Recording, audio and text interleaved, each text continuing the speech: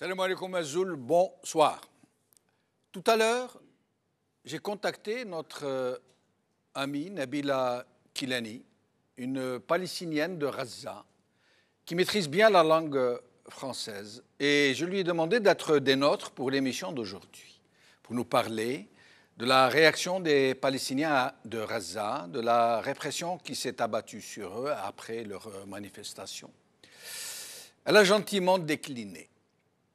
Elle m'a dit qu'elle n'avait le cœur à rien, qu'un de ses amis, Mahmoud al-Masri, à peine âgé de 30 ans, venait d'être assassiné par l'armée israélienne.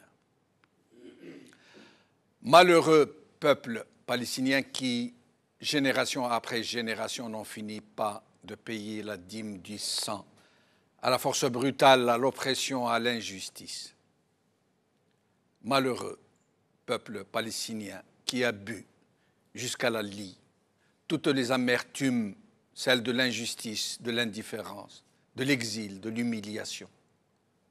Mais cet ami de Nabila n'est pas le seul à être mort aujourd'hui pour avoir tenté de dire non à cette énième tentative de l'assassinat de sa chère patrie, à cette décision du président américain de priver les justes aspirations palestiniennes de leur plus grand symbole, du seul rêve qui leur restait, pouvoir un jour refonder leur nation autour de la capitale la plus sacrée de l'histoire humaine, ville sainte pour les trois religions monothéistes. Jérusalem, Al-Quds, qui plus que n'importe quelle ville au monde, est celle qui cristallise le plus l'idée de la paix et de la réconciliation. Jérusalem qui vient d'être cédée à Israël pour qu'il en fasse sa capitale sans autre forme de procès. Oui, le président américain a décidé, on ne sait d'ailleurs pas pourquoi, on ne sait pas pour quelle véritable raison, pour on ne sait quel objectif politique, de reconnaître Jérusalem comme capitale d'Israël et d'y transférer l'ambassade des États-Unis d'Amérique. Et le fait que cette décision soit illégale, prise par le président américain en violation de toutes les règles qui régissent les relations internationales, et sans même consulter par ailleurs ses propres alliés, montre bien que ce sont les plus grandes puissances qui procèdent le plus de la loi du plus fort, du plus brutal, face à des peuples désarmés, laminés, souvent réduits en bouillie.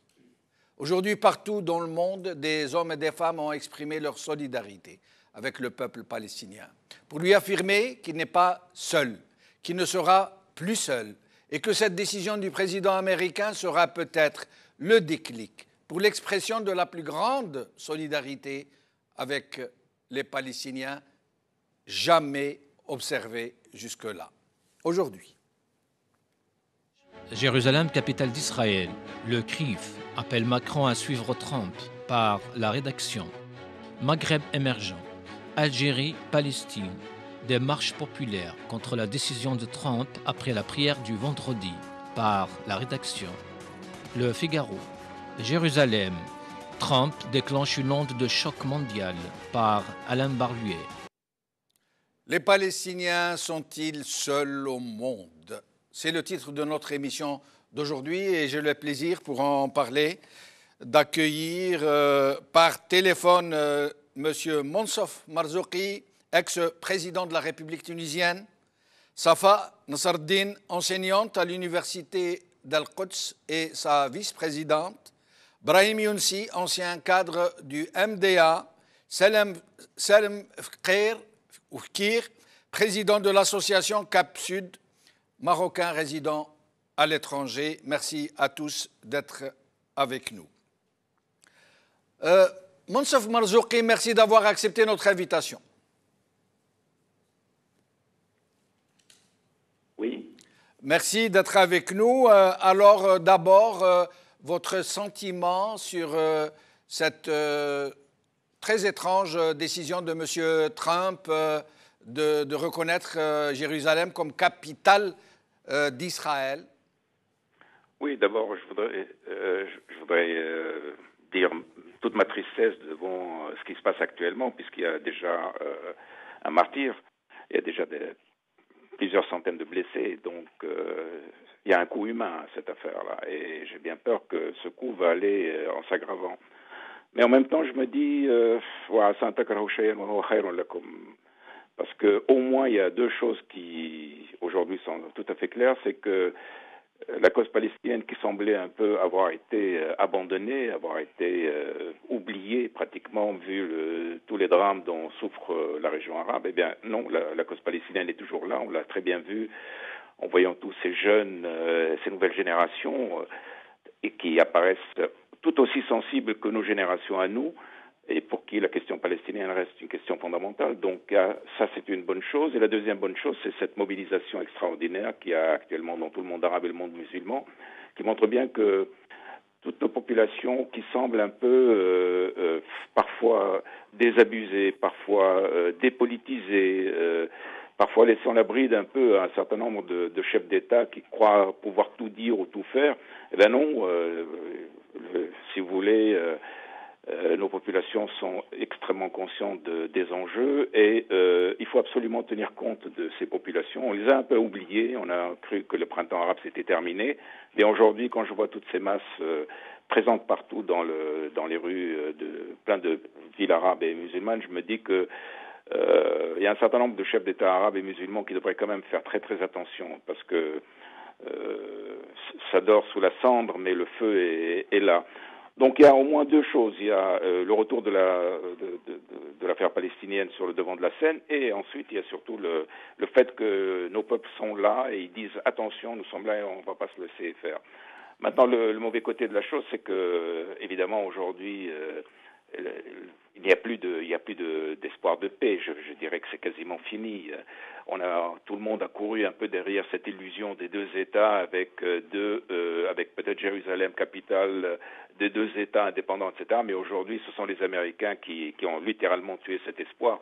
J'ai entendu tout à l'heure la représentante du président Trump à l'ONU racontant des histoires à dormir debout, comme quoi non, ça ne présage rien des futures frontières, etc. Mais en fait, les Américains, cette administration-là a probablement tué définitivement le projet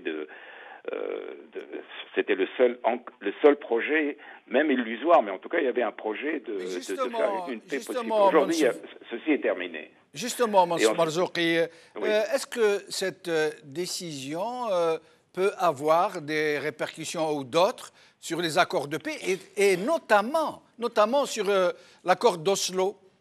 Ah bien sûr, l'accord d'Oslo est fini. Moi, j'ai entendu tout à l'heure mon ami Mostra Barghouti qui le disait clairement. Il disait que c'est fini, c'est terminé. Et je pense que c'est effectivement terminé. Et le plus drôle, entre guillemets, dans cette affaire, que ce sont les Américains qui ont le plus porté ce projet, qui l'ont littéralement, aujourd'hui, ils en ont fini, quoi. C'est fini. Je ne pense pas qu'aujourd'hui, on puisse parler de négociation de paix, puisque... la pierre d'achoppement de tout le problème, c'est-à-dire le statut de Jérusalem-Est. Parce que si vous savez, si vous vous rappelez qu'il y avait quand même 3 ou 4 problèmes fondamentaux, le statut de Jérusalem-Est, le retour des réfugiés, les frontières, et probablement sur le plan symbolique et affectif, la question de Jérusalem était centrale. Aujourd'hui, on dit que Jérusalem, c'est fini, c'est la capitale de l'État d'Israël, ça veut dire qu'il n'y aura pas de capitale. On ne va pas très bien les Palestiniens accepter d'avoir une capitale à Ramallah. Donc pour moi, le projet est probablement terminé et fini. Et ce qui est inquiétant, parce qu'il faut bien qu'il y ait un projet de paix quelque part. Or, sans projet de paix, ça veut dire que la région qui est déjà extrêmement volatile, voyez le nombre de conflits qu'il y a, va encore une fois se rajouter un conflit extrêmement dangereux et meurtrier pour toute la région. Oui, mais Mansour Marzouki, finalement, cette décision est très unilatérale, si je peux dire, n'a été prise que par les Américains. Et d'ores et déjà, certaines puissances se sont exprimées. La France qui dit trouver regrettable cette décision et s'y opposer de façon claire. La Grande-Bretagne, le Royaume-Uni qui vient de faire savoir qu'il n'est pas d'accord, sont les termes utilisés, ainsi que May, et la Russie aussi qui s'est exprimée d'une façon très forte. Ça veut dire que la plupart, pour le moment, des grandes puissances ont dit non à M. Trump. Heureusement. Heureusement, parce que ceci parce que moi, la seule chose une des choses qui me faisait le plus peur, c'est qu'on glisse vers l'affrontement des civilisations. Vous savez, cette théorie absurde qui a eu lieu, qui a vu le jour aux États-Unis en 95, je crois en 90 là. C'était quelque chose d'effrayant, c'est-à-dire vraiment d'amener des civilisations à s'opposer. Donc, s'il n'y avait pas eu cette attitude sage des Européens, je pense que le risque aurait existé. Pour le moment, ce risque, à mon avis, n'existe plus. C'est une administration américaine totalement isolée, totalement déconsidérée, qui a pris ce choix. Mais il faut savoir que quand même, les Américains jouent un rôle fondamental dans la région, beaucoup plus que les Européens. Et donc, s'ils appuient les extrémistes israéliens, parce que c'est eux qui sont actuellement au pouvoir, je ne vois pas très bien quel projet de paix va voir le jour. Et malheureusement, l'Europe a une influence relativement restreinte, et pour ne pas dire mineure, dans le dénouement et dans la gestion de ce conflit. Et concernant les Arabes, les pays arabes, quelle va être la répercussion de cette décision au sein des Arabes, au sein de la Ligue arabe, entre les régimes arabes et leurs peuples, dont certains ne cachent plus leur intention de se rapprocher d'Israël? Quelle va être la répercussion? Il y a un certain nombre de régimes arabes qui doivent leur survie à la protection américaine. Ça, il faut pas se faire d'illusions. Et donc, forcément, ils savent très bien que le cœur des Américains passe par une politique pro-israélienne. Donc là, ils vont être extrêmement gênés. En fin de compte, je pense que c'est eux qui sont les grands perdants politiques de cette affaire, parce que je ne vois pas très bien ce qu'ils pourraient faire. Continuer un peu à s'opposer à leur population, c'est grave, c'est risqué. Ils ont dû voir aujourd'hui que ces populations sont là et il faut en tenir compte. Je pense que leur situation est extrêmement difficile et moi j'aimerais pas être à leur place parce que là ils sont pris vraiment entre le marteau et l'enclume. Mais il va falloir qu'ils choisissent.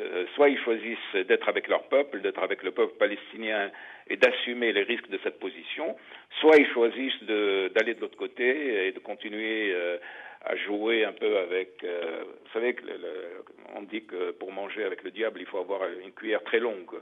Là, apparemment, leur cuillère est très courte et manger avec le diable, ça va être de plus en plus difficile. Monsieur Marzouki, pourquoi le problème palestinien n'est-il qu'un problème arabo-musulman? Pourquoi les autres peuples dans le monde ne s'impliquent-ils pas aux côtés de ce peuple colonisé, le dernier peuple colonisé de l'histoire? Non, je ne suis pas d'accord. Non, le peuple palestinien a été toujours appuyé par la gauche, une partie en tout cas de la gauche européenne. Nos frères africains ont été toujours derrière le peuple palestinien. Moi, je me souviens très bien de Nelson Mandela dans une réunion. Il s'était levé pour appuyer, mais de façon extrêmement... C'était en 90 à Oslo. À l'époque, il y avait quelques représentants d'État d'Israël. Son appui au peuple palestinien était magnifique. Donc, de dire que c'est une affaire strictement arabo-musulmane n'est pas tout à fait vrai. Donc, mais il est clair qu'aujourd'hui, c'est une question effectivement de libération nationale. Il va falloir quand même que ce peuple, le dernier peuple à ne pas avoir un État, à ne pas avoir une capitale, doit avoir un État et doit avoir une capitale. Ça, c'est évident. Et quelle serait, selon vous, et ce sera ma dernière question pour vous, quelle serait donc la meilleure stratégie à adopter pour aboutir à cet idéal, pour qu'enfin ce peuple palestinien puisse disposer d'un État comme tout le monde? Je pense d'abord, il va falloir... Je pense que nos frères palestiniens, malheureusement, n'ont pas le choix que de revenir un peu à al-Muqawama, la résistance. La résistance, évidemment, moi je suis un homme des droits de l'homme, je suis pour la révolution pacifique. J'aimerais que cette résistance soit une résistance pacifique et politique, mais il est évident que chaque peuple a le droit de se défendre. On n'a pas le choix et la responsabilité est portée par l'agresseur, elle n'est pas portée par l'agressé qui se défend. Et il faut que maintenant tous les peuples arabes soient derrière le peuple palestinien, que tous les peuples épris de paix soient derrière le peuple. Et amener l'administration américaine à cesser de voir le problème. Parce que vous savez, personne ne comprend pourquoi est-ce que le président Trump a pris cette décision. Parce que les gens oublient que pour un président américain, ce qui compte, c'est l'Amérique. Ce qui compte, c'est l'opinion publique américaine. Ce qui compte, ce sont ses électeurs. Ce qui compte, ce sont ceux qui financent ses campagnes électorales. Le monde, pour eux, c'est tout à fait secondaire. Et donc, si on ne comprend pas ça, on ne peut pas comprendre la décision de Trump. C'est un homme qui réfléchit en fonction d'un président américain qui a été élu par 51% de la population ou moins. Et cette population, elle est de droite, elle est pro-israélienne. Il faut qu'ils continuent à flatter. C'est eux qui éventuellement le rééliront. Et je dirais qu'il n'en a rien à faire de tout ce qui va se passer. Et c'est ça qui est dramatique. Je veux dire, cette façon de regarder le monde à travers les petits binocles. Quelqu'un qui voit l'arbre, qui ne voit pas la forêt. Et qui ne voit pas à quel point cette décision va être extrêmement négative pour l'image américaine, pour sa crédibilité, éventuellement pour ses intérêts à long terme. Mais c'est pas à nous de faire ce travail, c'est aux Américains de faire ce travail et de faire en sorte d'exercer des pressions sur leurs dirigeants pour qu'ils fassent une politique à moyen terme et à court terme qui amène la paix dans la région et qui défend les intérêts des Américains. Parce que moi, aujourd'hui, je peux vous garantir que cet homme a porté un coup majeur aux intérêts américains, ne fût-ce qu'au niveau de leur crédibilité et de leur image dans le monde. Monsef Marzouki, merci. Merci, Monsieur le Président.